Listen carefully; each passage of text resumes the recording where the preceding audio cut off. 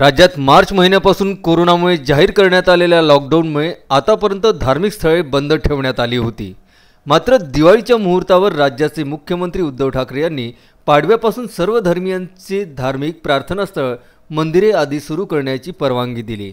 त्यामुळे मंदिरातील पुजाऱ्यांपासून ते भाविकांमध्ये आनंदाचे वातावरण दिसून आले। याच पार्श्वभूमीवर अमरावती जिल्ह्यातील प्रसिद्ध असे नांदगाव खंडेश्वरचे प्राचीन श्री क्षेत्र खंडेश्वर मंदिर अखेर 8 महिन्यानंतर भाविकांसाठी उघडले आहे। परंतु याच वेळी भाविकांना कोरोनाच्या परिस्थितीचे भान ठेवत काही नियमांचे सुद्धा पालन करावे लागणार आहे।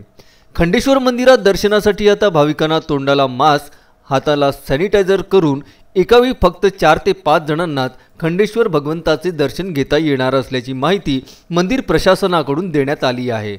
त्याचबरोबर खंडेश्वर मंदिर पहाटे 5 ते रात्री 9 वाजेपर्यंत भाविकांच्या दर्शनासाठी खुले राहणार आहे।